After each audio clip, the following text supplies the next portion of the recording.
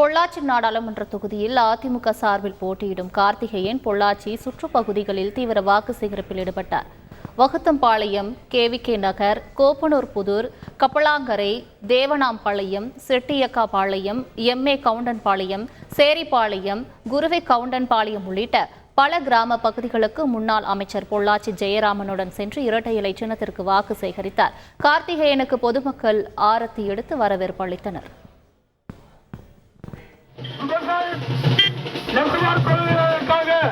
இலவச மின்சாரம் வழங்கியது அம்மாவின் அரசு. உங்கள் அன்பை பெற்றவர், உங்கள் பாசத்துக்குரியவர் அண்ணன் பொள்ளாச்சி ஜெயராமன் அவர்களும், கிழக்கு ஒன்றியம் முன்னாள் சட்டமன்ற உறுப்பினர் அண்ணன் முத்துக்கருப்பன் சாமியன் அவர்களும், பாப்பன் அவர்களும், செந்திலன் அவர்களும், கழக நிர்வாகிகளும் இதோ இரட்டை இலை சின்னம், இரட்டை இலை சின்னம், இரட்டை இலை சின்னம். 100 நாள் வேலை அற்புதமான திட்டம். இந்த ஏழைகளுக்காக கொடுக்கப்பட்ட திட்டம்.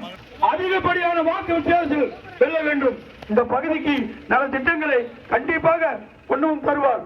மக்களுக்காக உதவிட, மக்களுக்காக சேவை செய்திட. செய்திகளை உடனுக்குடன் தெரிந்து கொள்ள உடனே சப்ஸ்கிரைப் பண்ணுங்க.